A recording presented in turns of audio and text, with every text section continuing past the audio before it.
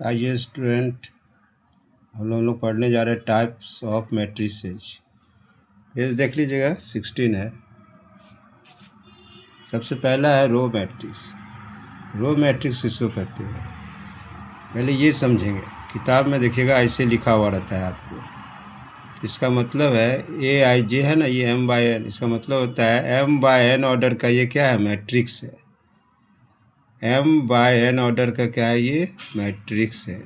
ठीक है, चलिए अब हम लोग डिफिनेशन पढ़ते हैं। यानी वह मैट्रिक्स जिसमें रो की संख्या, ये एम होता है नंबर ऑफ रोज, पहले पढ़ा चुके हैं।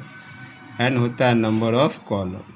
ठीक है, यानी वह मैट्रिक्स जिसमें रो की संख्या एक होगा, यानी एक वो रो होगा, उसको बोलते हैं रो मैट्रिक्स।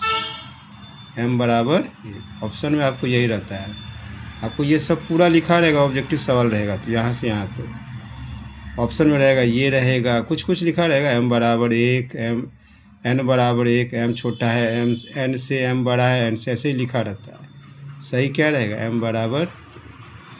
इसको फिर से बोलते हैं रो मैट्रिक्स। किससे कहेंगे, वह मैट्रिक्स जिसमें रो की संख्या कितना होगा, एक, यानी उसको कहेंगे रो मैट्रिक्स। एम हो गया रो, एम बराबर एक हो गया। ऐसे ये देखिए क्या वो रो है इसमें, देखिए एक रो, ये रो मैट्रिक्स हो गया। उसके बाद है कॉलम मैट्रिक्स। कॉलम मैट्रिक्स कहेंगे कि वह मैट्रिक्स जिसमें कॉलम की संख्या एक है, इसमें सिर्फ एक कॉलम होगा, एक कॉलम। ठीक है, वह मैट्रिक्स जिसमें सिर्फ एक कॉलम होगा उसको बोलते हैं कॉलम मैट्रिक्स। जैसे यहाँ देखिए ए बराबर इतना है, कॉलम क्या हुआ, देखिए एक कॉलम है ना, ये हो गया कॉलम मैट्रिक्स। हॉरिजॉन्टल मैट्रिक्स यानी वह मैट्रिक्स जिसमें रो की संख्या कॉलम की संख्या से क्या होगा, कम होगा, एम लेस देन एन। वह मैट्रिक्स जिसमें रो की संख्या कॉलम की संख्या से कम होगा उसको बोलते हैं हॉरिजॉन्टल मैट्रिक्स। ठीक है, जैसे यहाँ एग्जाम्पल देखिए, इसमें कितना रो है, एक रो, दो रो, दो हो गया कॉलम, एक दो तीन कॉलम, 2/3 ऑर्डर हो गया।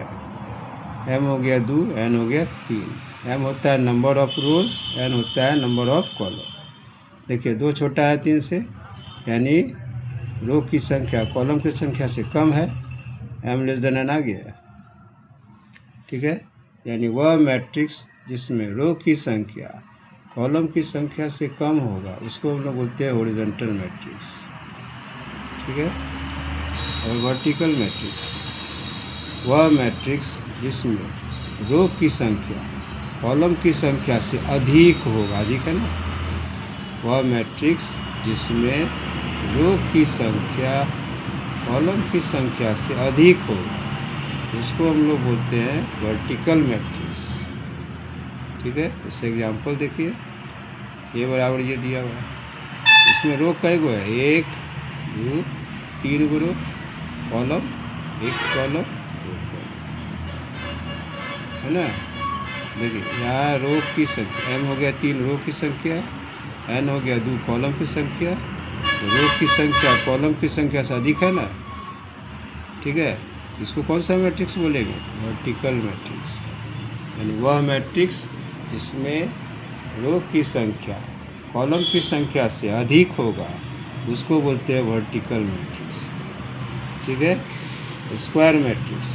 देखिए क्वेश्चन में एनसीईआरटी बुक देखिएगा तो एनसीईआरटी में ये जो है ना स्क्वायर मैट्रिक्स ये दिया हुआ है, किताबें में एक्सरसाइज में दिया, इसलिए यही बराबर पूछता है।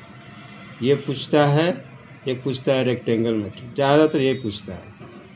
इस बार भी यही क्वेश्चन पूछा है, 2026 का ये क्वेश्चन है, इस साल ऑब्जेक्टिव में यही आया है, एकदम सेम टू सेम किताब से लड़ा हुआ है। स्क्वायर मैट्रिक्स किसको कहेंगे, वह मैट्रिक्स जिसमें रो की संख्या और कॉलम की संख्या इक्वल होगा। वह मैट्रिक्स जिसमें रो की संख्या और कॉलम की संख्या इक्वल होगा उसको बोलते हैं स्क्वायर मैट्रिक्स। ठीक है, वह मैट्रिक्स जिसमें रो की संख्या और कॉलम की संख्या इक्वल होगा उसको बोलते हैं स्क्वायर मैट्रिक्स। जैसे एग्जाम्पल देखिए, इसमें देखिए कै गो रो है, एक रो, दो रो, एक कॉलम, दो कॉलम। ठीक, ये दोनों सेम है ना, जब ये दोनों सेम होगा इसको कहेंगे स्क्वायर है। समझ गए, याद रखिएगा, जब भी सवाल में ऐसे दिया रहे ये दोनों सेम है, ऐसे दोनों जब ये सेम रहेगा इसको हम लोग बोलते हैं स्क्वायर मैट्रिक्स है। जैसे ये देखिए कै गो रो है, एक, दो, तीन गो रो, कॉलम कितना है, एक, दो, तीन कॉलम, तो 3x3 ऑर्डर का हो गया। देखिए दोनों सेम है ना, यानी ये स्क्वायर है। जहाँ भी देखिए सेम है ये दोनों, यानी सीधा स्क्वायर है। ठीक है, स्क्वायर मैट्रिक्स किसको बोलते हैं, वह मैट्रिक्स जिसमें रो की संख्या और कॉलम की संख्या सेम होगा उसको बोलते हैं स्क्वायर मैट्रिक्स। ठीक है, चलिए अब आगे देखिए, नेक्स्ट पेज 17, पेज देखते रहिएगा। रेक्टेंगल मैट्रिक्स, वह मैट्रिक्स जिसमें रो की संख्या और कॉलम की संख्या इक्वल नहीं होता है उसको बोलते हैं रेक्टेंगल मैट्रिक्स। ठीक है, वह मैट्रिक्स जिसमें रो की संख्या और कॉलम की संख्या इक्वल नहीं होता है उसको बोलते हैं rectangle matrix. Unit matrix, unit matrix का एक दूसरा नाम है आइडेंटिटी मैट्रिक्स। यानी सबसे पहला काम यूनिट होने के लिए, यूनिट मैट्रिक्स होने के लिए सबसे पहला ज़रूरी है स्क्वायर होना चाहिए। सबसे पहला काम स्क्वायर होना चाहिए। ठीक है, तो स्क्वायर है 7 है, तो यानी इसका डिफिनेशन हो गया, वह स्क्वायर मैट्रिक्स जिसका एलिमेंट, ये आई जे क्या होता है, एलिमेंट होता है, यानी वह स्क्वायर मैट्रिक्स जिसका एलिमेंट क्या होगा, जीरो। कौन सा एलिमेंट जीरो, जिसका आई बराबर नहीं है जे के। आई बराबर नहीं है जे के को बोलते हैं नॉन डायगोनल एलिमेंट। क्या बोलते हैं इसको, आई बराबर नहीं जे, इसको बोला जाता है नॉन डायगोनल एलिमेंट। और आई बराबर जे को बोला जाता है डायगोनल एलिमेंट। समझ गए, जिसका ये दोनों सेम होगा उसको बोलते हैं डायगोनल एलिमेंट, जिसका ये दोनों सेम नहीं होगा उसको बोलते हैं नॉन डायगोनल एलिमेंट। ठीक है, चलिए अब आते हैं इसमें। वह स्क्वायर मैट्रिक्स जिसका नॉन डायगोनल एलिमेंट का होगा जीरो और डायगोनल एलिमेंट का होगा एक, उसको बोलते हैं यूनिट मैट्रिक्स या आइडेंटिटी मैट्रिक्स बोलेंगे। ठीक है, यूनिट मैट्रिक्स को हम लोग एन ऑर्डर के, यूनिट मैट्रिक्स को, एन ऑर्डर का मतलब होता है एन बाय एन, ध्यान दीजिएगा, n by n, n order का मतलब एन बाय एन। ठीक है, यदि रहेगा आपको सेकेंड ऑर्डर लिखिएगा 2/2, second order 2/2, third order 3/3, first order 1/1 लिखेंगे। समझ गए,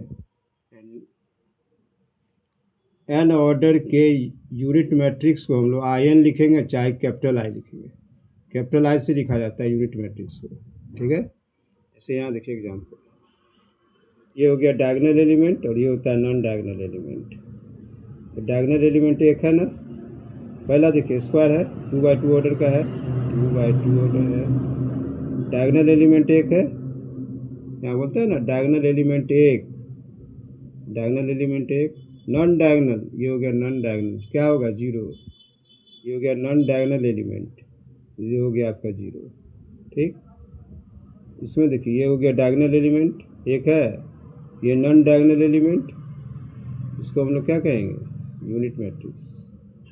चाहे ये हो गया आपका फर्स्ट ऑर्डर का, ये भी वो यूनिट मैट्रिक्स है, ये फर्स्ट ऑर्डर का है। ठीक है, या इसको अब आप बोलिए सर यहाँ पे तो आई बराबर नहीं जे लिखे हैं, ये आई बराबर जे है, तो चलिए यहाँ देख लीजिए कि कौन सा एलिमेंट है, A11, पहला रो पहला कॉलम, देखिए सेम है ना, क्या कहता है एक होगा, आई और जे सेम है तो एक होगा। यहाँ देखिए दोनों सेम है ना, तो एक है। उसके बाद ये कौन सा एलिमेंट है, फर्स्ट और सेकंड कॉलम, दोनों सेम लेना है, ये जीरो होगा, ऊपर कह रहा है जिसका आई और जे सेम नहीं, वो जीरो होगा। सेम लेना है, जीरो हो गया। 8 2 1 सेम नहीं है, जीरो होगा।